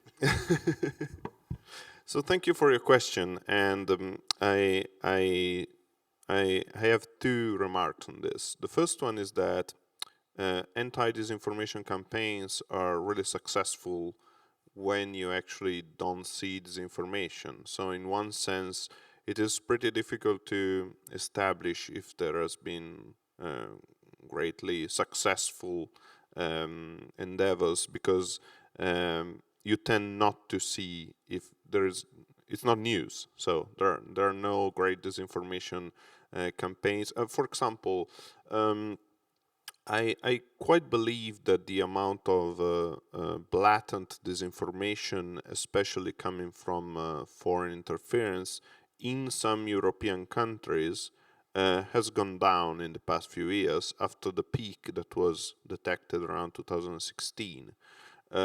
So in some sense, when things are going better, that is not great news, and you tend not to detect that. So The second remark is that I have quite a few good examples of good endeavors that were carried on, so to say, supply side. So from the side of the fact checkers and from the side of EDMO. And specifically, I can see that the network of fact checkers that are collaborating together at the European level is increasing. It is now covering all of the European countries, and the amount of common investigations and the outputs of the things that we are able to publish and to disseminate to the public is actually increasing. That is positive for sure. Now, if I have to give a good example of a situation in Europe during the pandemic where those efforts have been able to quash and to reduce the amount of disinformation that was going on in the public ecosystem, I would be more in difficulty about that because this is something that probably the platforms can have a more precise answer. So they can actually see more I think, with more quantitative approach, if the amount of disinformation is actually decreasing, and if yes, by how much and after which interventions. And this is, I think, is a good segue to my fellow panelists here. Thank you, thank you. So it's a great question because I think we saw things that worked during. We tried many things during COVID. Also, COVID was so within COVID, but also what the COVID crisis led to afterwards, in terms of policy recommendations, in terms of the big boost for the code of practice on misinformation. We work closely with EDMO as well and with others. So there are many positive things that have happened after the peak of the crisis generally for the fight of mis and disinformation in moving forward. So the first thing that I would say is that for us, our ability to augment, to increase and consolidate our fact-checking network since the beginning of the COVID pandemic is a fact. So we had very few fact checkers in Europe, and we tripled them. And we continue to, and not only we continue to work with them and deeper our relationship, but not only Meta, because not everyone in Europe or in the world believed that the way to deal with misinformation is by partnering with fact checkers. Of course, there's a big difference between, in the COVID pandemic itself, between that type of misinformation that was related to vaccines, so really had an immediate risk or a risk of immediate physical harm. In that case, what we did is we partnered with international organizations like the WHO. We partnered with expert organizations and national health organizations at national level to determine when a piece of information was not only misinformation, but was also was really a risk of imminent physical harm, in which case we removed. So what we did with vaccines and with vaccine misinformation was really new. But I think that it had good results. One of the good results on the fact-checking side of things is that we do know that when fact-checkers labeled misinformation on COVID, it restricted its virality, its spread, by 80%. So there are facts that tell us that the measures that we took were good measures. Whether that means that there is no misinformation that we've done with the issue, perhaps not sufficiently, we will never do. But we do know that some of the measures did work. One of the other measures that we think worked, also by the numbers, by millions of European citizens, that during the times of confusion, the COVID, and throughout the COVID pandemic, went to the information hubs. They're local, with local information, not only information from WHO, but also from your countries about how to address and to guide themselves through the crisis. So the information hub was a way, and the redirects as well to the information hub was a way to, it was our way to provide and to boost authoritative means of information in a period like that. And I think that that is something that we will continue to see and see how we can expand that to other areas. The information hub on COVID actually came from a different experience, and that's the experience on elections, where we also have information hubs. Because when it comes to elections, it's really important. I mean, fight misinformation, fight disinformation, but it's very important that our role is to bring to authoritative sources of information on the election on things like the where, the when, and the how. It's very important, because if these things are not present and to the citizen, the consequence is really voter suppression. So we have changed we have some products in some of the countries, like reminders when we are allowed by the data protection authorities, they tell us, reminders to go to vote, when to vote, where are the places to vote, because it is important that we also have a role in that. It's not only about mis and disinformation. It's about how to bring authoritative information and fight against fraud and voter violence, by the way, for which we also have policies.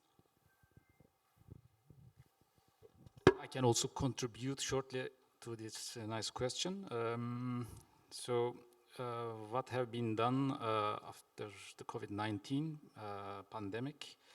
Actually, this was a very nice example to us to base our new actions on with the people. Our project came in just after the pandemic, so the misinformation was already decreased on the topic, so we didn't actually focus really much on COVID-19, but we had a wider concept of health. We also included other health teams into our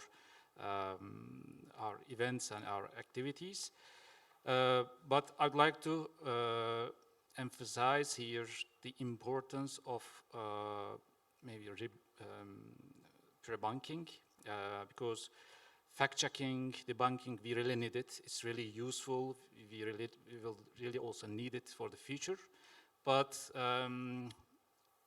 after this misinformation has already spread,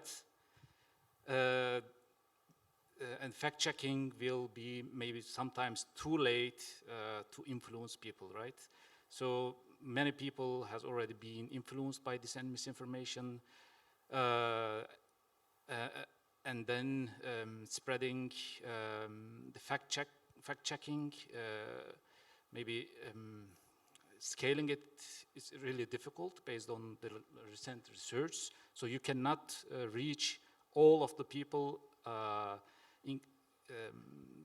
infected by this misinformation on the one side.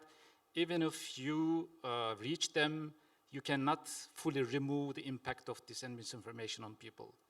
So that's why pre-banking and immunizing people against these is really important. So we really need to have this into our strategies. So I was happy that Sweden has already using it in their elections campaign. So it was nice to hear that. So I'd like to reflect on this. Thank you. Many thanks to the three of us. I think we had 2 other hands raised, now 3. So there was first, I think, a gentleman in the middle here, then the lady in the front. No? You keep it for the coffee? Okay, then the 2 gentlemen, and then we'll try to slowly wrap up the session so you can also enjoy a coffee and continue the discussion there. So please. Okay, thank you so much. Ben Bemenburg from Germany. And we have heard a lot in the morning on disinformation and misinformation campaigns from third countries. But I can also imagine that there might be campaigns from inside our countries, from inside our EU member states.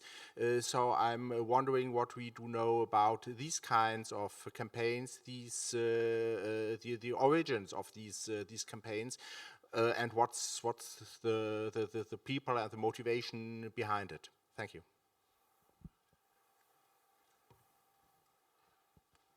Any taker? Please go ahead.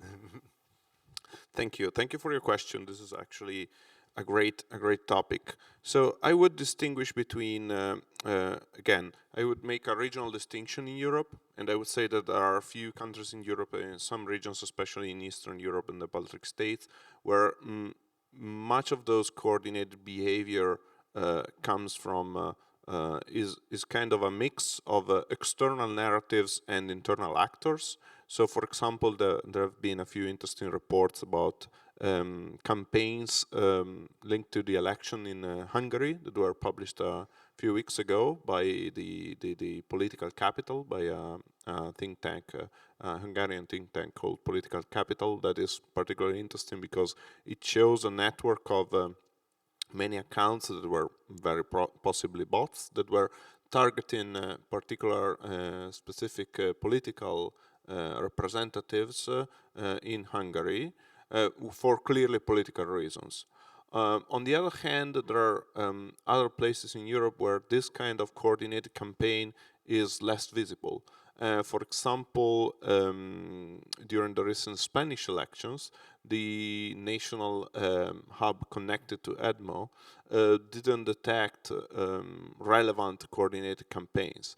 And we need also to be cognizant of the fact that there are some places and some elections where those kind of things do not happen. The reasons why those happens are mainly two. The national level too. The first one is political, and the second one is economic. Even if from the political is much more relevant because lately, with the last tweaks to the algorithms by the platforms, the economic incentive to drive a lot of traffic from platforms to the website have been decreasing. So this is something the so to say agnostic disinformer that does that only for economic reason. That is something that is going that is less and less relevant because of how the information ecosystem and the economic incentive have been changing from the platforms. So I would say that leaves mainly the political side of the campaign, and that is extremely difficult also to intervene into, because of course it has a lot to do with the freedom of expression and the fact that a lot of people that unwillingly participate in these coordinated campaigns do that without knowing that they are being in some sense steered by someone else that wants to propose some kind of narratives. But again, I feel that people from the online platforms have a lot to say about it. So thank you for your question. Thank you very much. For the sake of time, I would suggest that we move to a possibly last question. Please, go ahead.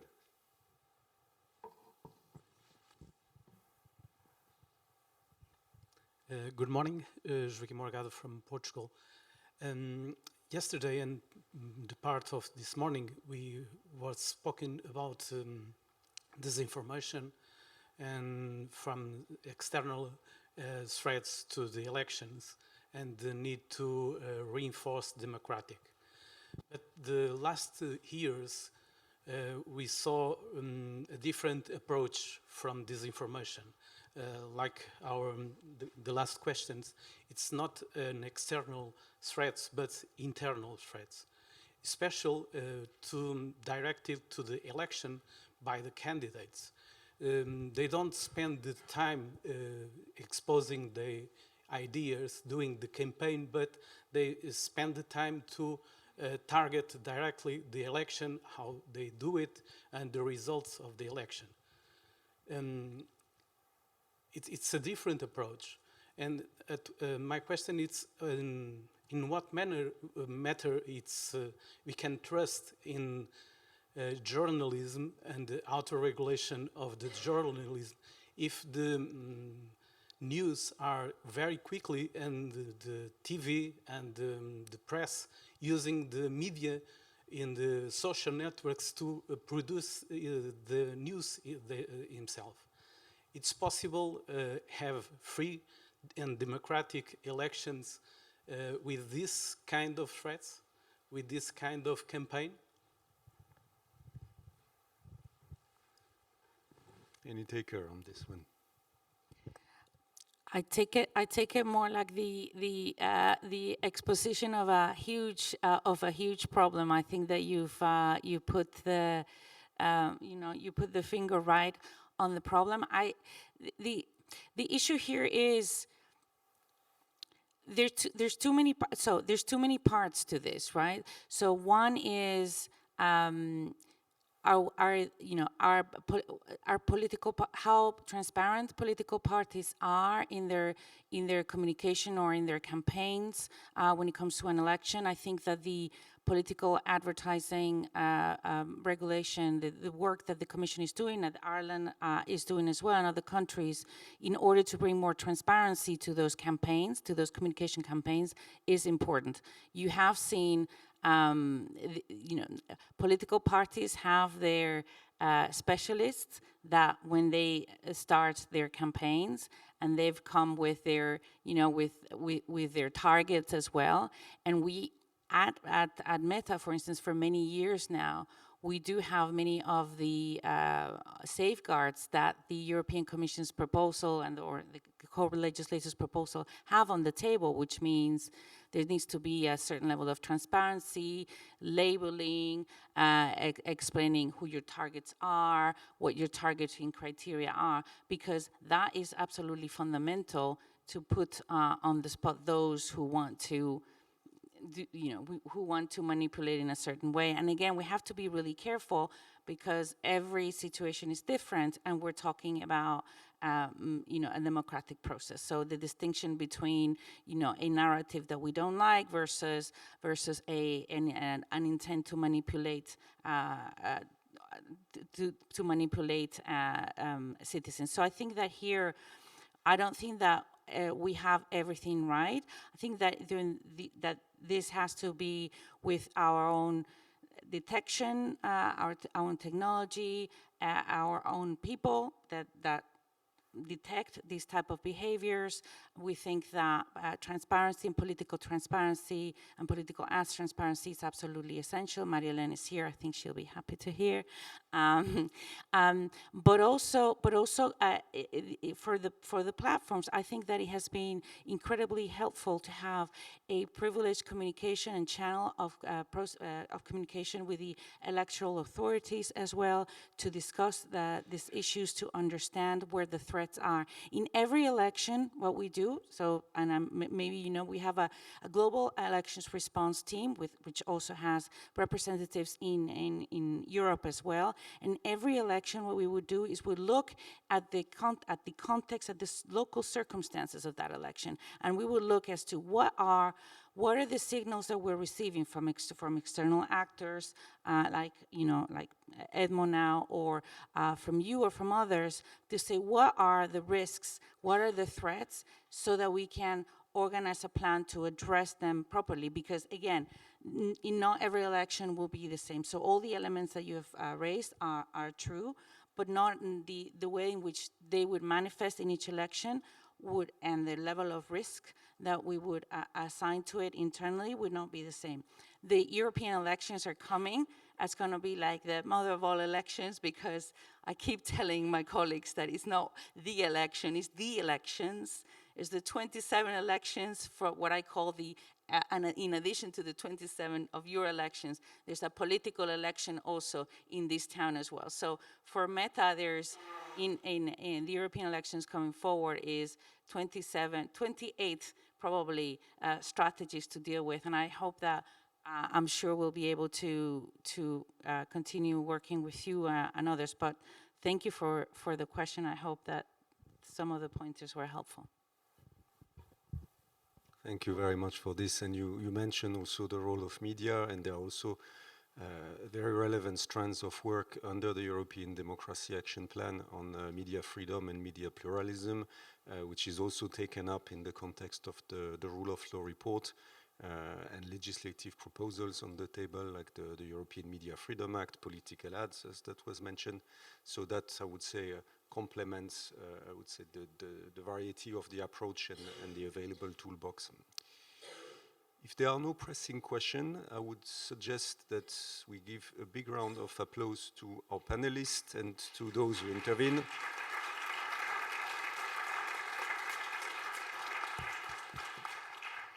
Thank you all very much for this very interesting discussion. Once again, it could have continued, but I hope it does continue over coffee. So now we break until 11:30.